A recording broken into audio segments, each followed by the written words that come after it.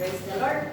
Shabbat Shalom po sa ating lahat. Nais ko po magpasalamat sa Panginoon sa kabutihan na ginagawa sa atin at sa ating buong pamilya, sa ating employer. Pero ang the best po na nais ko papurihan ang Panginoon sa patuloy niya na paggamit sa atin, pumili po ang heart natin dahil kahit po sa online, no, last week po, nag-commit po ako sa online ministry na mag-share po ng Word of God ng alas 3 po dito sa atin ng madaling araw at sa Pilipinas po alas 8 ng umaga. Alam niyo po ba, hindi ako pinatulog ni Lord dahil napipil ko yung excitement, yung pag-excited ko, yung joy, yung happiness mo nararamdaman ko na mag-share kasi international po yun, hindi lang po taga Pilipinas, lalo na po buong Philippines. At pati si Sis Eds ay hindi rin nakatulog pa siya, pero ginising siya ni Lord para makinig din. Pero hindi ko siya sinabihan na amazed na lang ako dahil pag open ko ng nandun na siya, nahiya tuloy ako. Kasi magandang pakinggan ng kapatira natin. Pero ang ginawa ni Lord, 10 minutes before po ako mag-start, may kumunik po na katrabaho ko po dati sa Saudi Arabia na since 2016, mga ilang years bago po kami nakita sa Facebook. Tapos po, hindi ko po ina-expect na 10 minutes bago ako mag-start ay nag-connect po siya at may sinabi po sa akin at in-encourage ko po siya na i-join sa morning prayer devotion sa isang online ministry. Through online, through ministry, hindi po nagpapabaya ang Diyos dahil may purpose po si Lord sa taong yun.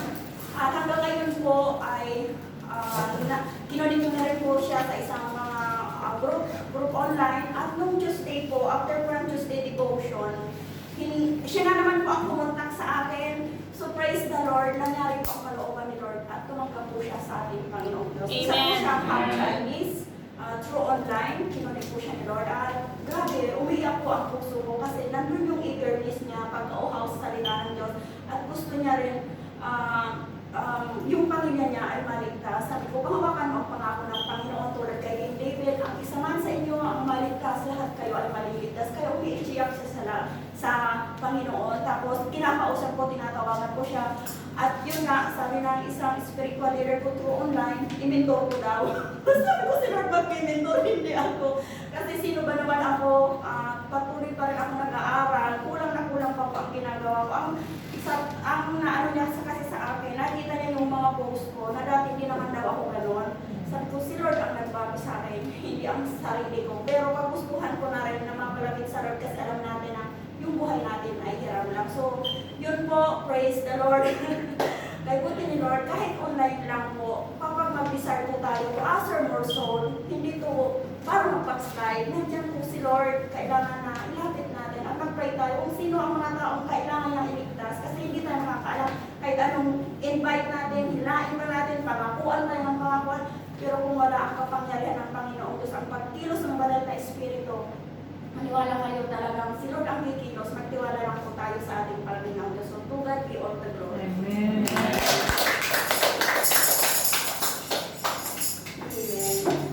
Amen. Praise God. Sa po yung Sister Yoli, buti talaga ng Panginoon. So, wag po natin sayangin ang ating buhay na kahit social media gamitin po natin para maabot natin ang ating mga kaibigan, ang ating mga pamilya. Hindi lang nila napapansin yun, but hayaan natin just be consistent to know na we are now in Christ, di po ba? Amen. Ang Panginoon na ang bahala sa kanila. Ang Holy Spirit na ang bahala na mag-touch ng kanilang puso. Ang gawin lang po natin ay magiging desire po na i-desire natin na i-share ang salita ng Panginoon, di po ba? So, sino pa po ang gustong ipangaladakan ang kabutihan ng Panginoon sa kanyang buhay? Birthday boy! Birthday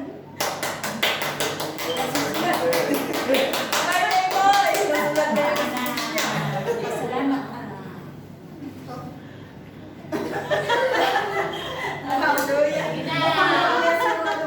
Bless yung birthday boy. Birthday boy po natin ngayon. So, praise God. So, wala na po bang na-bless? Lahat po ba na-bless?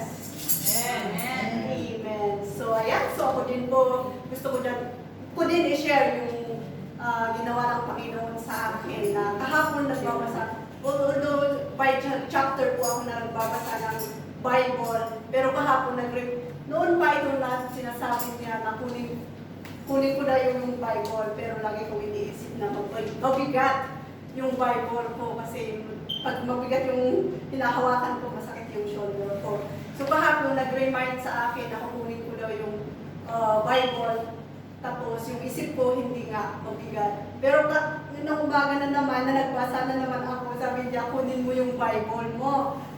Huwag mo iwanan. Huwag mong iiwanan, sabi niya. Pero sabi ko, tapos dinagdagan niya na kasi kung sabi mo na mabigat at sumasakit yung shoulder mo, sino ba ang nagbibigay ng kalakasan mo? Di ba ako? Sabi niya kaya, okay. So, okay, di ba? So, napakabuti ng Panginoon kasi kahit gaano natin nire-resonize, gaano tayo nagrarason sa ating mga pansariling desisyon, but the Holy Spirit always teach us to help us talaga to obey kung ano yung sinasabi niya sa atin. Kaya ayun, kinuha ko na yung Bible ko kasi lagi ka ako nagpo-complain na mabigat, yung masakit yung shoulder ko kung mabigat yung hinahawakan ko. But yun nga po ang, kung para kay Panginoon, siya ang magbibigay ng kalakasan po natin. Amen? Amen. So, praise Jesus. So ayan, so kung wala na po, i-welcome na natin ang worship team para sa ating pagpupuri sa